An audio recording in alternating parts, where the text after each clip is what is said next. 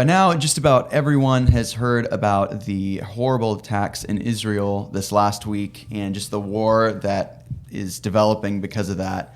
And these are majorly important events, and as Christians, we should just carefully consider how we respond to these kind of events. So we're going to talk a little bit about that today. Brandon, you have a little more experience than some with Israel, right? Like you lived there for a year, I think. For 3 months, so it's a semester. Yeah. Okay, So no, I'm not an expert. Learned so much. But living there, definitely have a little bit of firsthand experience. Yeah. And studying the history of modern Israel a little bit. Again, nowhere near an expert, man. These are super, super complicated events. But there's a little bit of familiarity with this. And of course, I think there's just some principles from Scripture that we can focus on and think about, because I don't know if the key to all of this is having extensive knowledge of all the background events or any of that. It's mostly pointing to, okay, what are the basic principles of Scripture we can go to whenever we see something like this? Right. Whenever we see a situation developing, it's like, okay, well, the first thing should be, how do I think about this biblically? Yes. So that's the most important thing. So real quick, can you just explain a little bit of the situation for us, for someone who may not know exactly what's going on? Yeah. So obviously it's, even as we post this video, I'm sure things have changed or developed a little bit, but what has happened up to this point was that Hamas, right, terrorist organization that's located in Gaza and in the West Bank of Israel, the Gaza Strip is on the south, on the coast of Israel in the Mediterranean. And October 7th, Hamas launched this attack on Israel.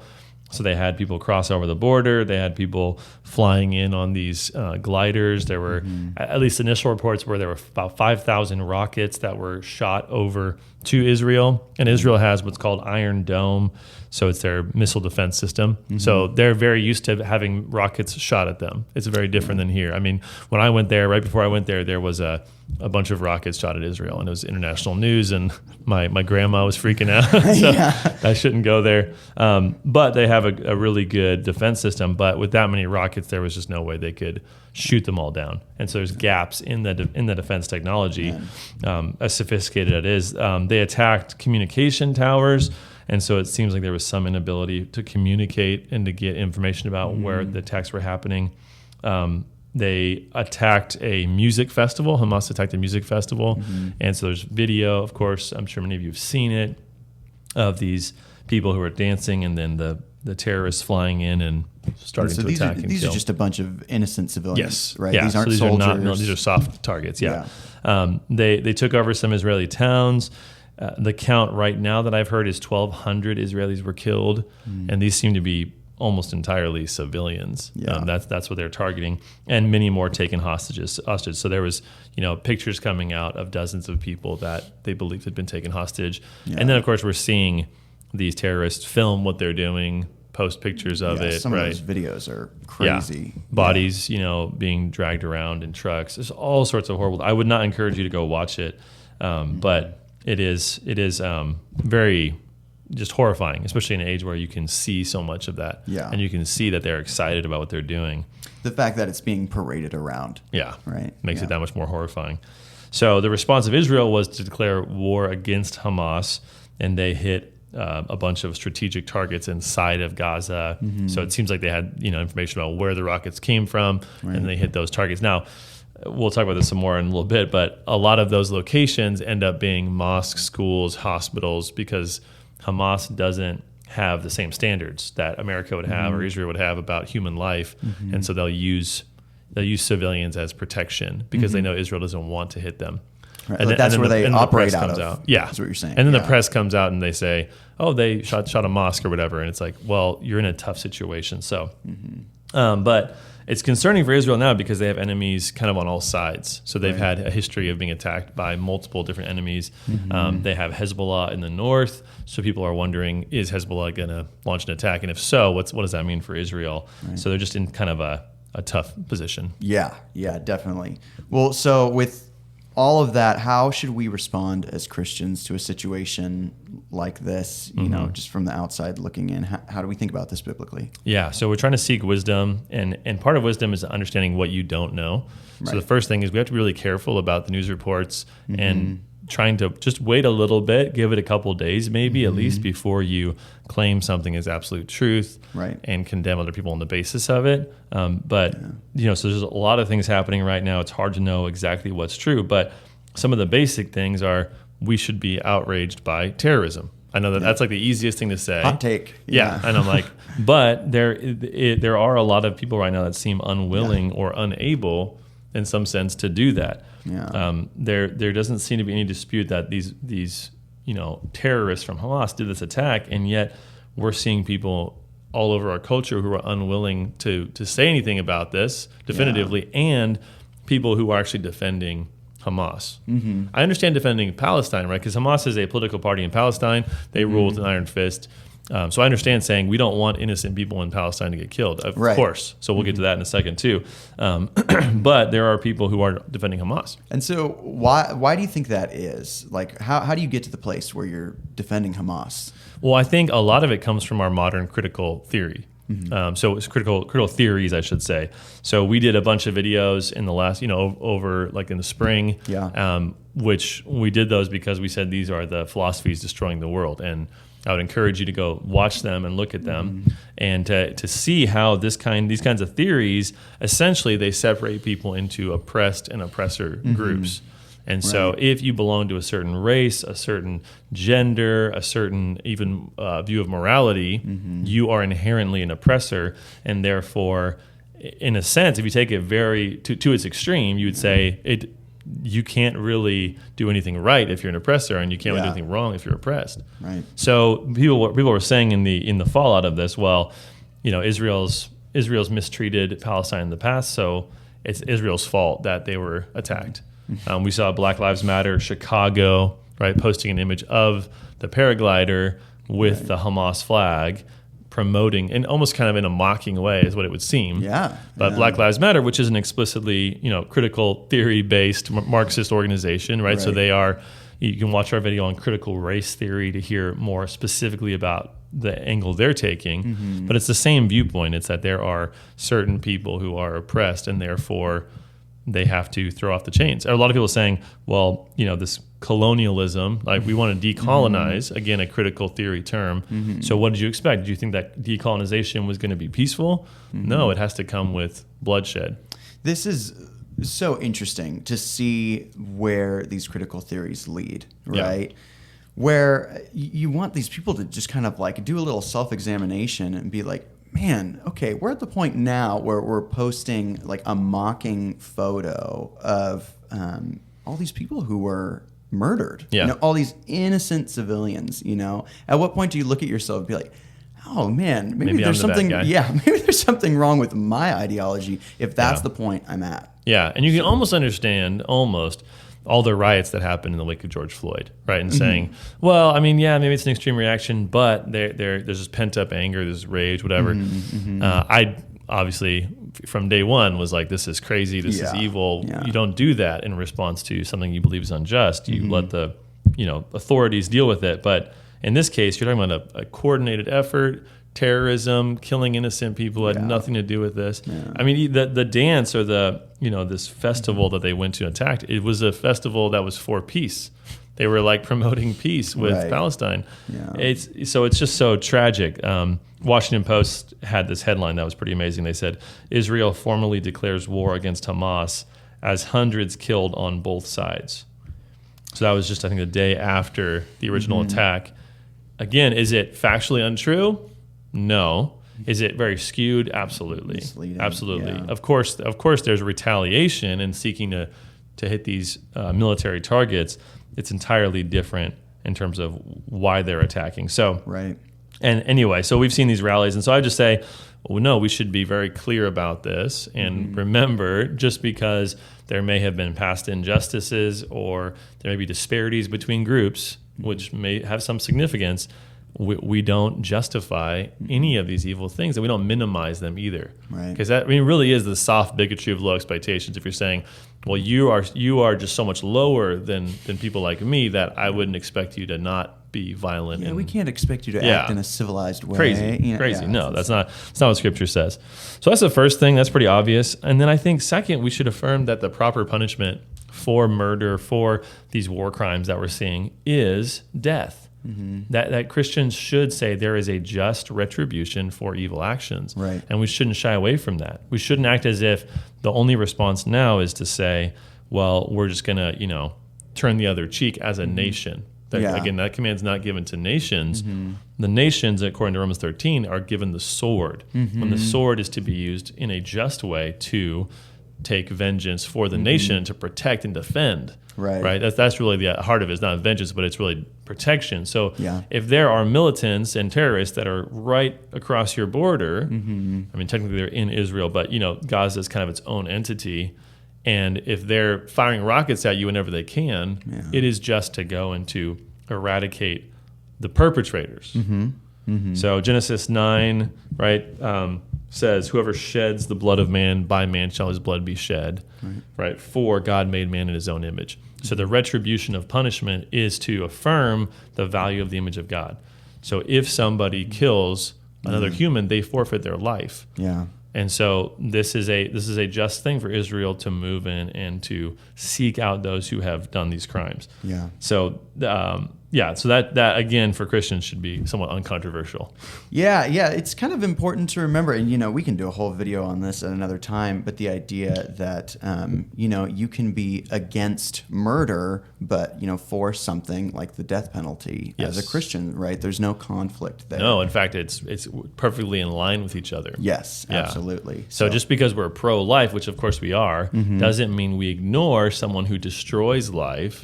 And think that the solution is to go pat them on the head and say it's all going to be fine. No, God's done the thinking for us. Okay, we don't have to do all this on our own. He said, "You kill, you forfeit your life." There's something wrong with the universe when a human kills someone else, and the way to atone for that, in a sense, is to eradicate that person. The way to bring justice back to the universe. Absolutely. Of course, we have a better solution for ultimate spiritual atonement in Jesus Christ. Right. Third thing is the Bible is also clear about the importance of defending innocent human life in conflicts like this. So, because I have seen some comments from people that are very emotional, right? They're very reactionary, and they're saying, well, we should just completely destroy Gaza. Like, we should just level this place. Gaza is, yes, it's run by Hamas, but it's full of different civilians. So a lot of those, I'm sure, are supporting Hamas, but a ton of them are not. A ton of them are in a place where they're stuck in this hellhole. Really, it's a terrible, terrible place to be. Well, a lot of them are being used as human shields. Yes. So they're seeing that, and they're being abused, and women are being mistreated, all these different things. And so we should not encourage indiscriminate killing. That's not as Christians, we have what's called just war theory. Right? It's been formulated by Christians for thousands of years, or 1,500 years. And what this tells us is that we have to have a proportionate response. So war can be entered into when there is a need to defend life, and when you can, destroy those who are the actual people that are fighting and seek to defend innocent human life. So we just have to be careful about that. And again, this is going to be hard because of the way Hamas treats human life, but that should be the goal in any war like this, is to say, how can we get rid of those who are the evil perpetrators of this and defend those who are not? Right. So, just an example, what you're saying is, if Hamas, has done all these terrorist attacks and everything, Israel doesn't get back at them by going and killing some of their innocent civilians. 100%. Yeah. Absolutely. Absolutely. So just be careful in the way we talk about this, because we're talking about this in a way that's sometimes feels a little bit bloodthirsty, if I'm being honest. Deuteronomy 20 gives laws about wars. And this is a good place to go because, well, we don't have time to go through it. We went through it with the Daily Gospel, earlier in a couple years ago, but it's interesting to hear how Moses talks about how we should engage in war. That there is, you should seek peace. So you should sue for peace if you can at the beginning. And of course, I would assume if he were to be dealing with this situation here, he would be saying, peace includes the heads of the people that did the crimes. It wouldn't just be to go, let's get over it now. Because that's what Hamas wants. No, we're good. No more fighting. So there's that. There's also, even just the details of, in Deuteronomy 20, verses 19 and following, Moses even cares about, or I should say God in his law cares about even the trees that you're cutting down. So you don't simply, because he says if you're a fruit-bearing tree, if they have food on them, you don't cut them down to make siege works. So there's an allowance there and a care for human life because humans will need food. Yeah. And so if you do total war and you just scorch the earth, you'll destroy the ability for humans to flourish in the future. So this is complicated stuff, right? But this is complicated stuff, but we see how the Bible wants to protect innocent human life in every capacity. That's good. So, and I would just say with this too, I mean, I personally don't want America to enter into a war over this. I don't want World War III over this. Right. Obviously, like just in the last couple of years, the tensions in our world and the warfare has been rising. Yeah. You know, I wonder what that's due to bad leadership. But I think I don't want that. Right. So we have to be careful about how we engage with this. And that's that's getting into the kind of political realm. Mm-hmm. But I would just say you can say evil, terrorism, they should be killed, but also say I don't want the entire world to engage in war over this. I don't want to have unnecessary killing over this. Yeah, no, I totally agree. And so can you kind of explain to us the difference between Israel and Hamas? Because some people are kind of talking about them as if they're just two sides of the exact same coin. Yeah. So what's going on there? Because they'll say, Israeli soldiers have done this or that. Mm-hmm. And of course, I'm guessing some of those accounts are true, right? Mm-hmm. I mean, soldiers often do evil things. Nations often have corrupt leaders, even the best nations, right? Mm-hmm. Our nation has tons of corrupt leaders. Yeah. So... But here's the thing is the way that Israel and Hamas engage and treat human life is radically different. So, for example, Israel's bases are separate from civilian territory because they want to protect civilian life. Right. So they have it separated in order to make sure that no civilians get hurt. Hamas, their main base is in a hospital. Yeah. So they do their headquarters in a hospital. They'll have missile sites in mosques or under mosques. They'll have different bases in schools.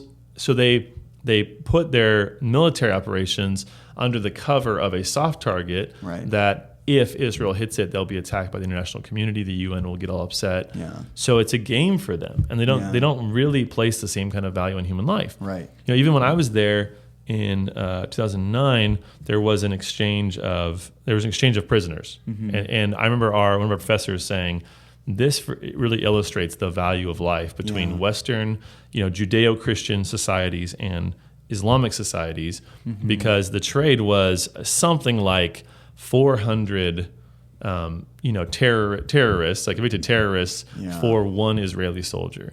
Wow. And he was saying that's because they don't necessarily care about the Muslims don't care as much about their prisoners, specifically these Muslim extremists. But Israel and Western societies put a high value on life. Right. So it's you have to think about it in these terms when you're thinking about engagement, and you'll see headlines over the next several months, I'm sure. But when something is destroyed or when a civilian is killed, you have to ask the question of, okay, well, why did that happen? Right. If there's a murderer who takes hostage a kid, right, and has a gun to the kid's head, and the police, right, that's police sniper or something, takes a shot, being really careful, tries to take a shot to eliminate that murderer, and then hits the child. Well, the sniper killed the child, but who's the person who has the most culpability? Right. Is clearly the person who had them hostage.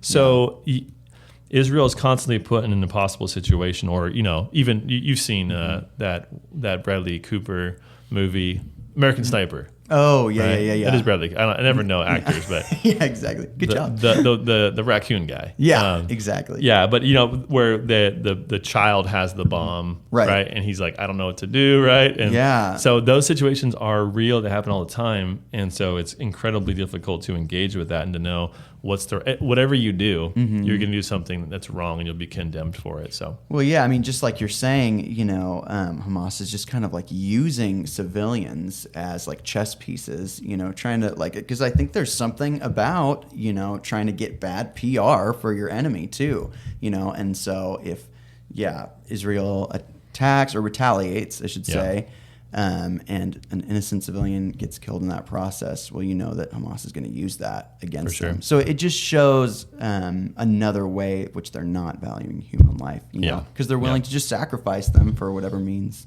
Yeah. So again, is Israel without any flaws? Absolutely not. But no. This is not really equal in this.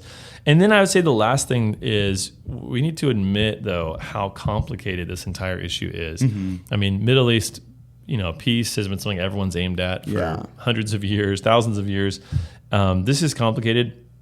We can't iron this out all simply, but I would say there are places that you can go and you can learn more about this. One that came to mind that I read a few years back is this book, Son of Hamas.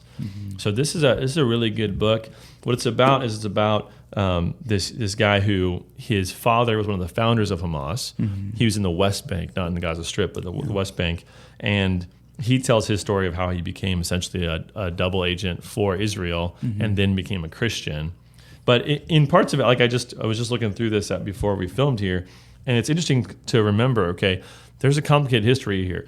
So Israel was founded in 1948. So a lot of people don't even know that. So it wasn't a nation for a very long time, right? So it was called Palestine, named after the Philistines. So it's kind of a slap in the face to Israel. Most people don't realize even that name is very insulting.